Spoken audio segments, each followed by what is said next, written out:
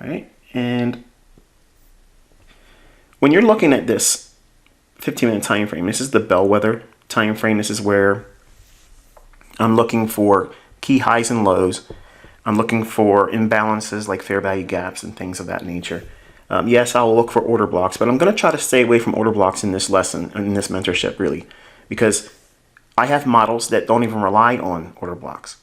Obviously, I'm teaching fair value gap here, and that is the main focus because it repeats. It's an easy pattern. It's there a lot. But I want you to think about how you frame your day. So when you're in TradingView, or you can do this in your own platform if you're not using TradingView, but I'm recommending you, at least while you're going through mentorship here on YouTube, to go through the process with TradingView. All right, and then this is what you would classically see annotated in my chart for a Forex setup. I'm taking you to 8:30. Okay, you're gonna put a vertical line there at 8:30. Click this, clone. I know this is very boring for some of you because you really want to just get in there and get to the nuts and bolts, but I have new people watching the same video, so I have to make this as complete as possible and try to cover all the bases. And then hopefully I don't get as many emails because I can't keep up with them. And so if you've emailed me and I'm not responding, I apologize, but I can't keep up with it. All right, so what are we looking at? There you go, that's good. All right, so the equal distance in time in the morning, then an hour lunch, New York lunch, and then an equal amount of time after that, okay? So I'm gonna zoom in here. And in your mind, I want you to think about that lunch hour, and this is always New York local time, okay? Set your TradingView chart to this. If you do that, no matter where you are in the world, you'll be able to calibrate your local time with this, okay? Everything I'm showing you is directly linked to New York local time. If you do any other time frame, you're gonna mess up. You won't have the same calibrations as all my students and what I'm looking at in price, because eventually I'm gonna be showing you charts on my community tab that I want you to be watching before it happens. But before I even start doing that, I'm not gonna create a train wreck by having everybody looking at charts on their own local time and not New York time and completely miss the point and plot. So once we have this, I want you to think of this hour here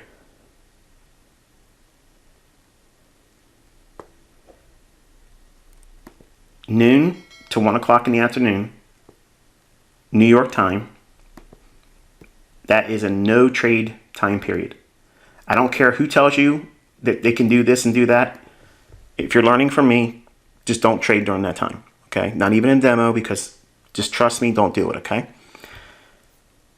As we go through the mentorship, you'll understand more reasons why I just can't give everything in one video, obviously. I want to, and I want to do 4-hour-long teachings, but I'm trying to make them palatable because I know majority of you don't have the attention span because you're new and you're just now discovering. So I'm trying to bear that in mind when I'm making these presentations.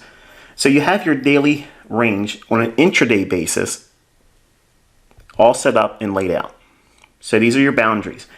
Your morning trade is between 8:30 in the morning. Why? Because there's news events that come out at 8:30 all the way to noon, preferably around 11 o'clock. I generally don't like to take trades after 11 o'clock in the morning. Now, it doesn't mean I haven't or that I won't. I just generally try not to. I want to try to be positioned before 11 o'clock and hopefully be riding something into the New York lunch at noon. And then, you know, squaring positions or taking some off if I'm going to hold through the lunch and anticipate something going through to the close. And we'll talk about that when we get into profiles. Not volume profile, okay?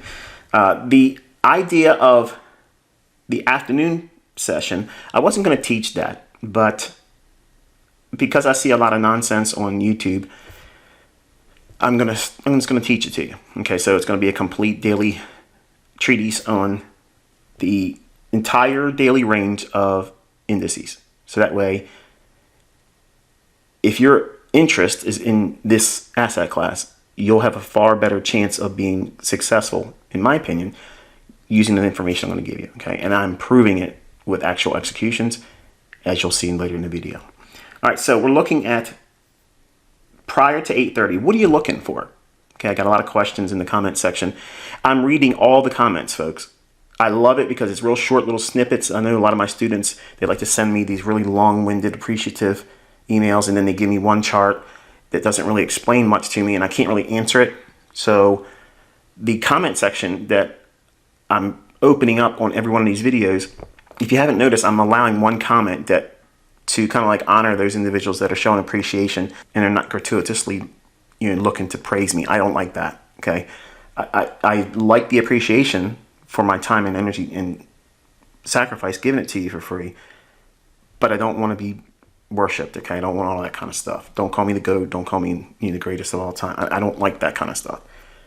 But if you have something that you want me to touch on and improve a delivery or explanation of a specific thing I mentioned in a video, I may already have something in a future lesson planned, but if it's something that I don't have in my outline that's going to be in future videos, I'll utilize the feedback I get. Okay, so that way, I understand some of you want everything all at one time, and there's no way I can do all that in one time. But I am taking the feedback I'm getting from you all, and I'm using that, okay? But one of the questions I got was, what highs and lows are we looking for that, a stop run would be framed on, or what would be the catalyst for a stop hunt? Well, prior to 8:30, if you look at that, okay, we'll just grab a horizontal ray. And we see this high here, and I'm utilizing this with the benefit of hindsight, because this is how you're going to go back and back test everything. I want you to take a look at the high here.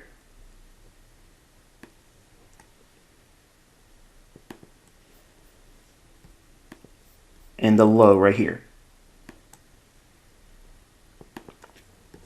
So prior to 8:30, in other words, to the left of that, on a 15-minute time frame, what's the most significant or obvious swing high and swing low? Swing high is this. It's a candle with a lower high to the left of it and a lower high to the right of it. 3-candle pattern. Okay. It does not matter if the candles are up or down closes. You're just looking for a swing high, because above that's going to be buy side liquidity or buy stops, and a swing low prior to 8:30. That's a candle that has a higher low to the left and a higher low to the right of it. It's 3 candles. Again, it does not matter what the close of the candles are. It has absolutely no bearing on what I'm showing you here, because the swing points are where liquidity is going to be placed. Okay, so once you have these levels on your chart on a 15-minute time frame, then you can drop down into your first lower time frame for entry.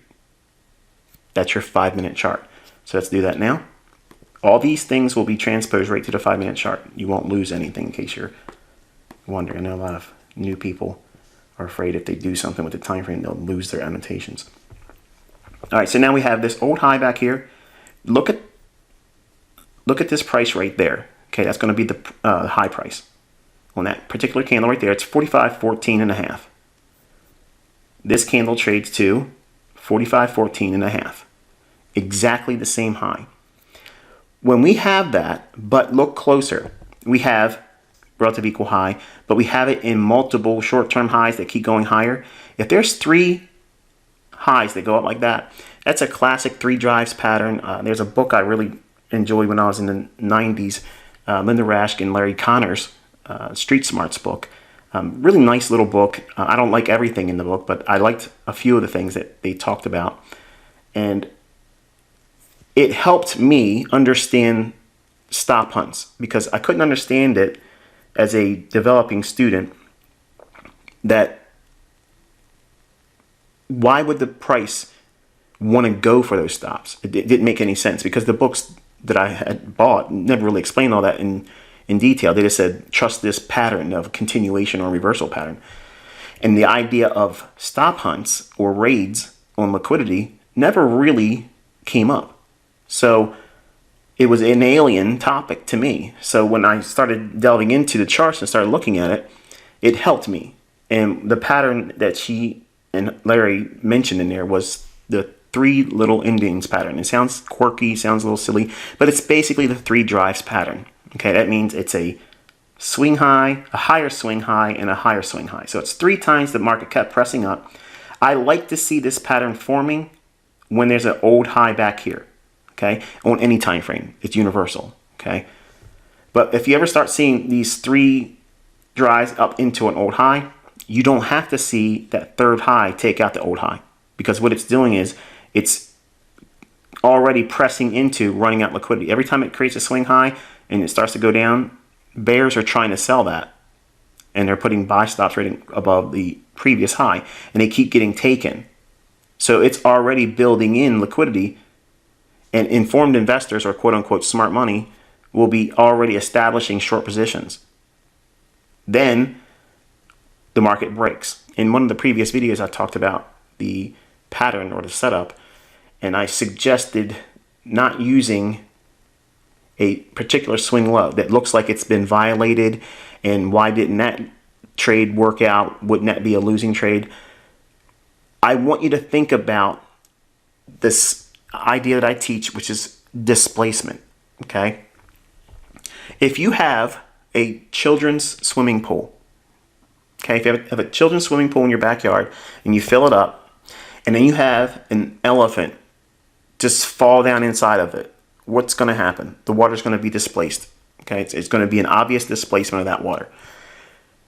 Rather simplistic analogy, but that's what you're looking for in price. When price goes above an old high and it trades down below it, you want to see an obvious displacement. You don't want to see it just do like, oh, well, you know, a little lethargic run here. That's not enough. This is like that elephant falling into that children's swimming pool. It's no doubt about it.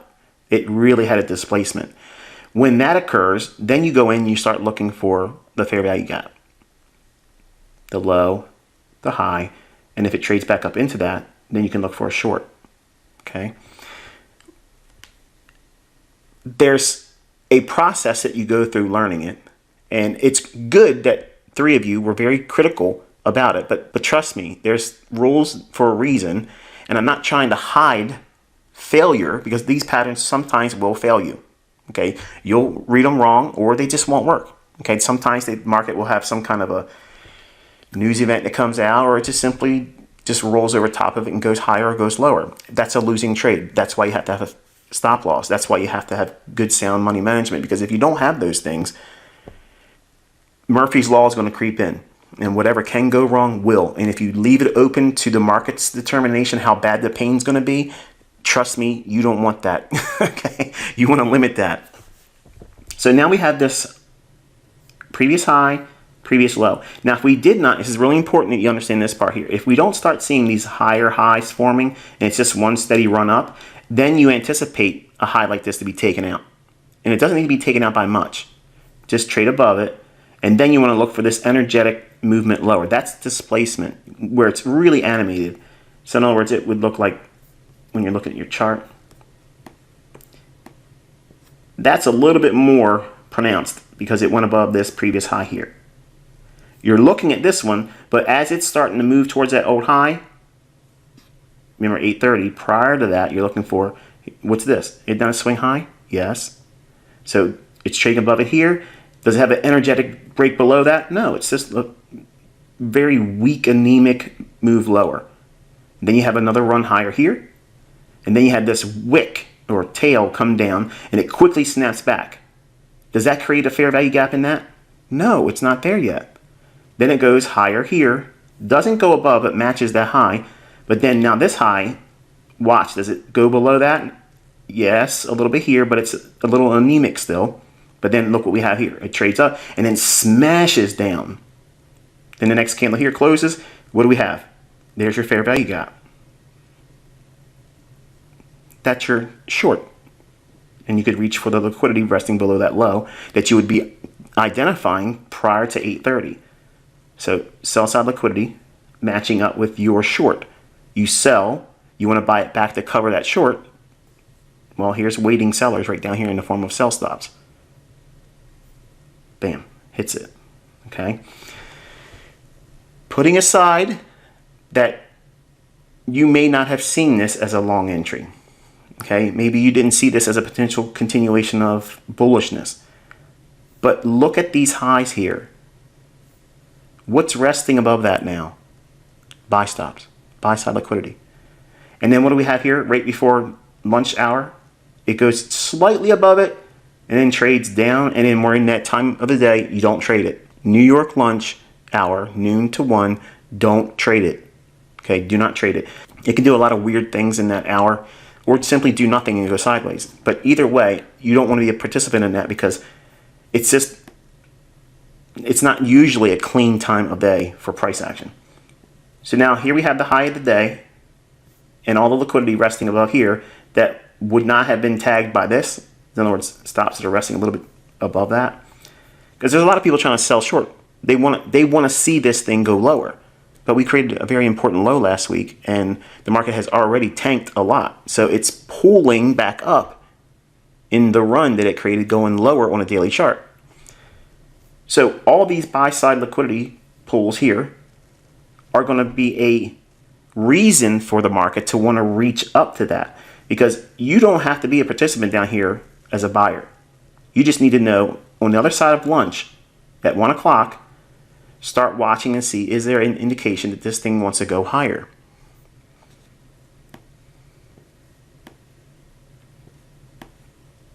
And as you can see, all the buy side liquidity here ran aggressively here, but then the market trades right into the close, aggressively bullish. Small little retracement here, small little retracement here, and then immediate run right into the close. Now, obviously, the market trades a little bit beyond that, but this time of day, expect whatever algorithms that you would expect to be driving price and price runs to pretty much cap the majority of the volume that's going to be in that day. So what I want you to think about is how the day's designed to have a morning move, a lunch hour where you don't want to be trading, and then the afternoon move. Go back through your charts, and you can go back as far as you want. The more you do this, the better you'll get. But I want you to think about creating your charts like this, and then describing what the morning trend was. Was it a bullish move? Was it a bearish move? Was it consolidation? If it was consolidation, prior to that part of the day, in other words, the previous day or the previous days, was it bullish or bearish then? Because if it was bullish, this is probably setting up another continuation higher, especially if you start seeing these relative equal highs forming, where it paints the idea that this is retail resistance. So traders are going to think that this is going to go lower.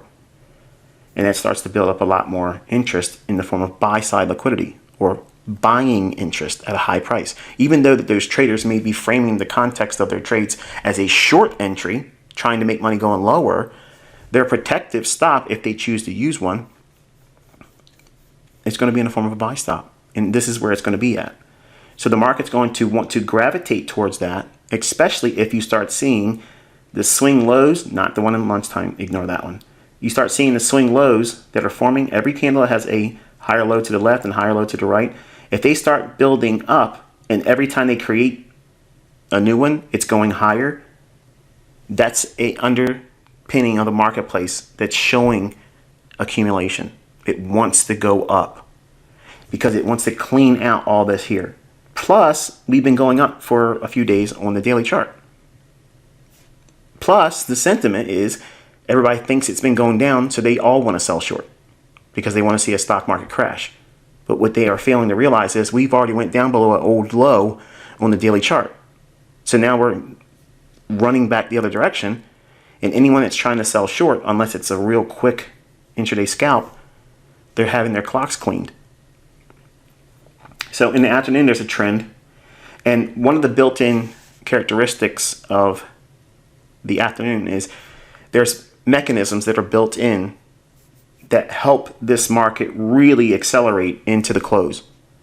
And if you study the price action in your lower time frame charts, you'll see that there's a repeating phenomenon at typically around 20 minutes to 4 and 10 minutes to 4 and 4 o'clock.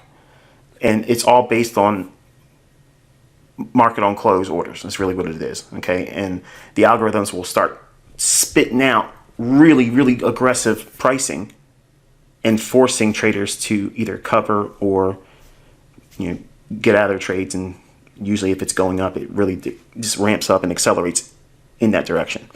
So while I really enjoy trading the morning session because there's a lot of volatility and excitement, if you know what your daily bias is, and we'll talk about that next week, if you know what your daily bias is, and if you know what you're looking for in terms of range expansion on the daily chart, now what do I mean by that? The daily candle, do you expect it to trade higher or lower?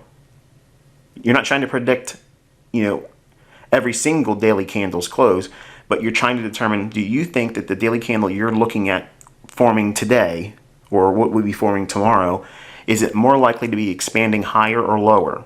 If it's expanding higher in your analysis, that means you want to try to trade with the expectation to find a trade in the afternoon based on the logic that was used in the morning.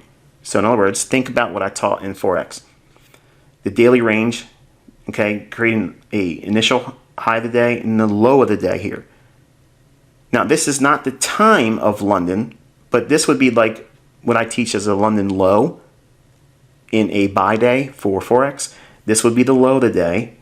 Then we consolidate, and then we get the New York continuation, and it runs in the same direction that the London session formed. But this is not London. This is all New York time. So there's a little bit of adjusting that needs to be taken into consideration, which is why I made sure at the beginning of the video I said, make sure your charts are set to New York time over here. It needs to be that, okay? And if you don't have it like that, everything you're learning here, if it's at your local time, in your local time zone, it's going to be a mess. So you need to calibrate your charts on TradingView to that. And everything I'm showing you here it's the same thing every day. Every single day, same thing. So back to the homework assignment. I want you to think about outlining what the session was in the morning, and then what did the session do in the afternoon. Sometimes what you'll see is it'll be bullish in the morning and then reverse in the afternoon. Or it'll be bullish in the morning and continuation higher in the afternoon. And you'll get like a measured move. What's a measured move? Whatever the morning move was, it'll duplicate that twice. So if it moves up 200 points in the morning, the afternoon could see another 200 points in addition to that and have a 400 point range. Or we could have a consolidation in the morning session and then it trends in the afternoon, higher or lower. Okay, and I want you to go through your charts and look at that on an intraday basis. Do your charts like this. And I know it's a lot of work, but you want to learn how to do it, right? This is how you do it. Then study what the daily chart was showing days before, when it had days that had these nice runs like this, and yesterday and previous Friday. So it allows you to help find these big moves where if you're looking at other, like, I'm not going to say this to try to be mean-spirited because that's not my intent here, but I want you to compare and contrast.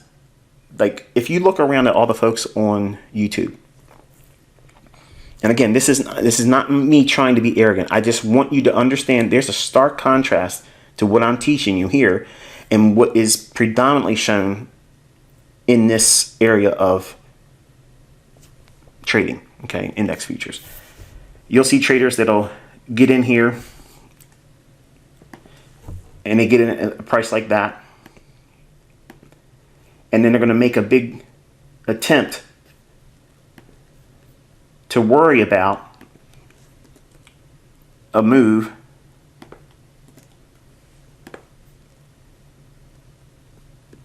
like that. And they'll put lots of contracts on and trade this and have a whole lot of hype and anxiety about whether or not it's going to move in their favor and worry about their stop getting hit and all this stuff.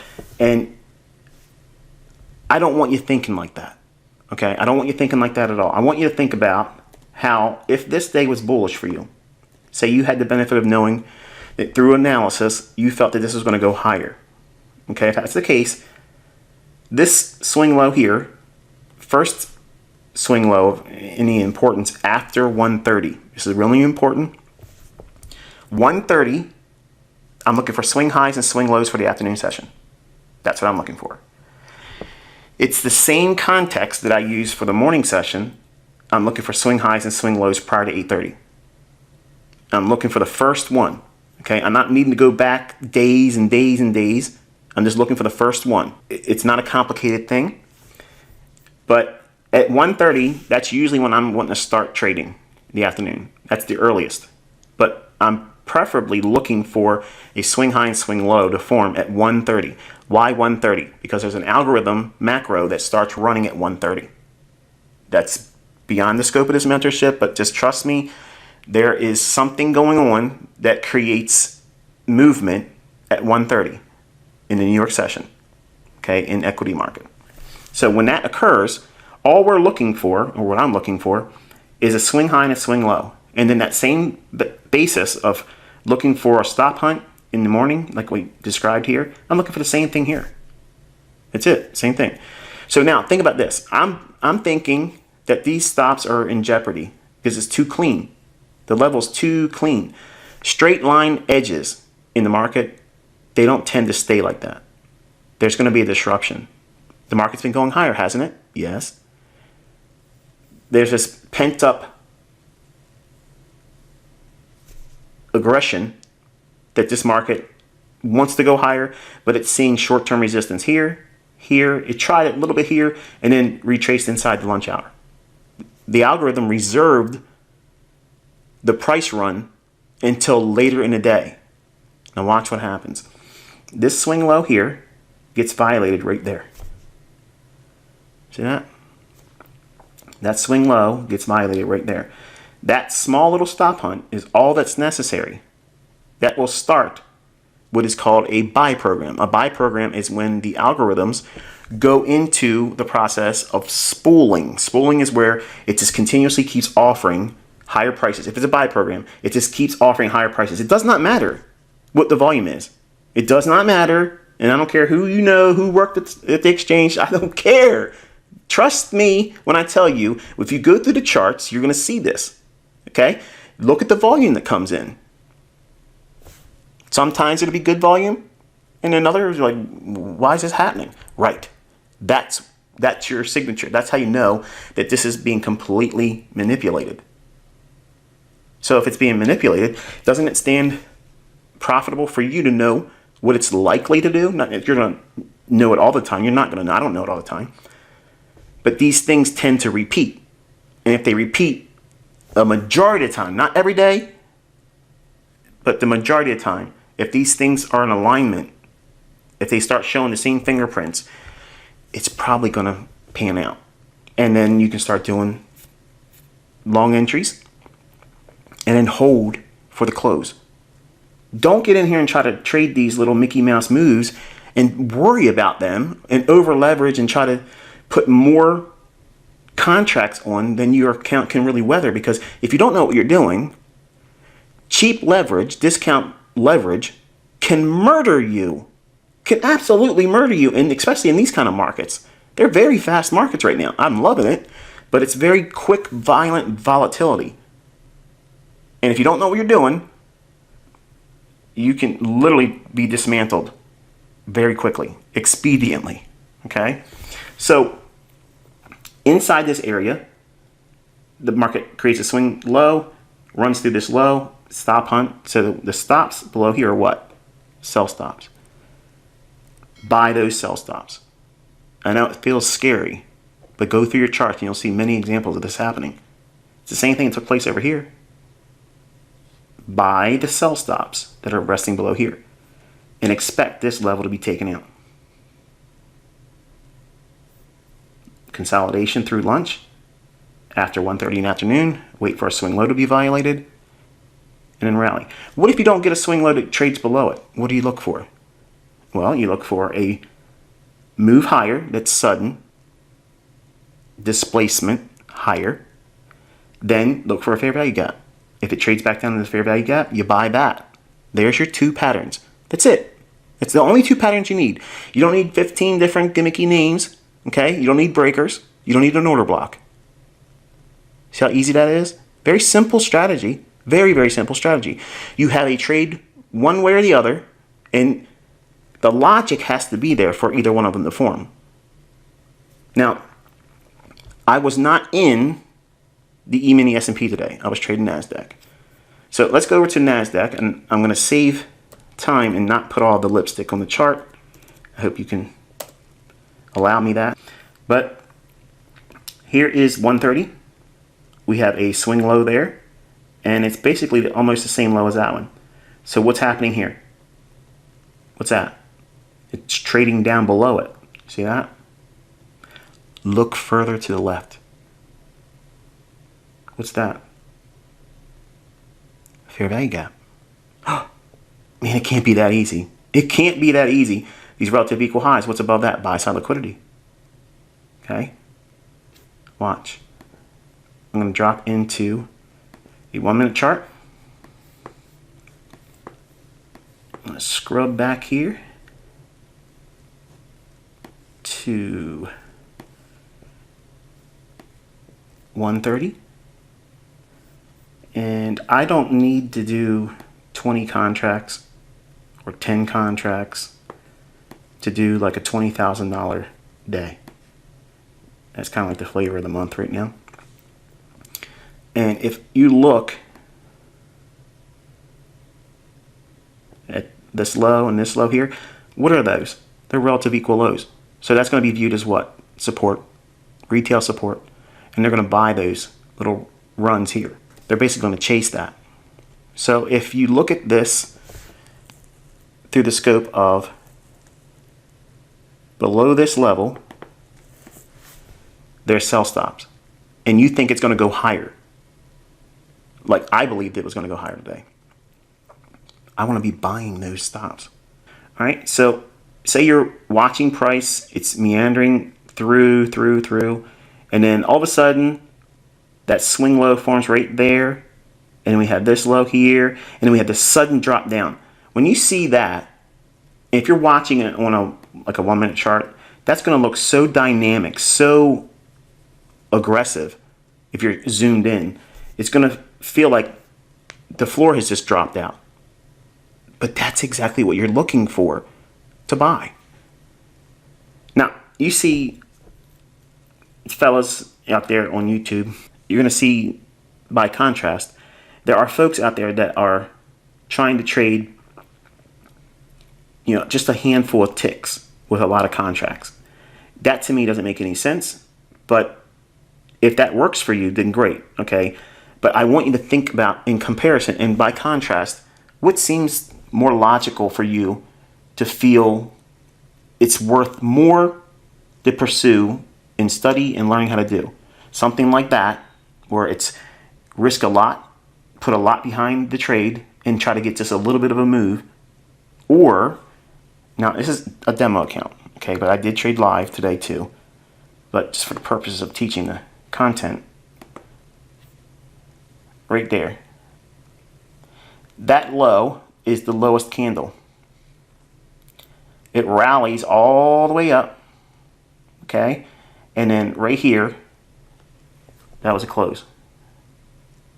There's a better way to do this if you know what you're looking for. You can be very, very precise about it. You can be dialed in like nobody's business. Like, it is unbelievable in terms of the predictable nature of these markets, especially these markets, because they're traded by a lot of institutions and a lot of professional traders. The manipulation that takes place in these markets is still there, but it's not as, well, vulgar or ruthless as it is sometimes in Forex. The interbank markets, man, they can really do you dirty quick and more frequently.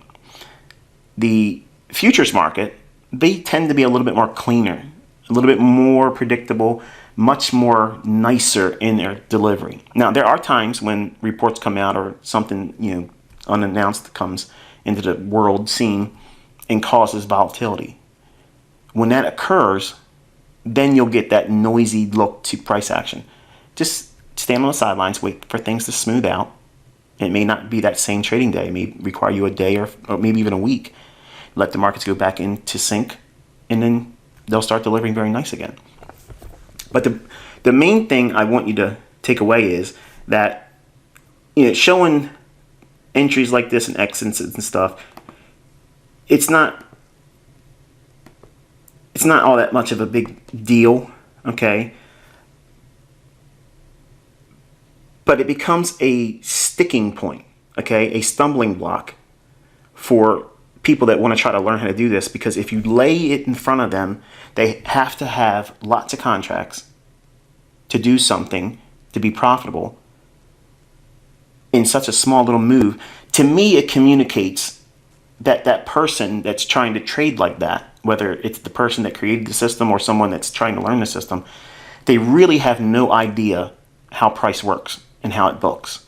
Because if they did, they wouldn't be trying to take these little tiny little micro moves out of the marketplace. They would be trading like I'm showing you here. So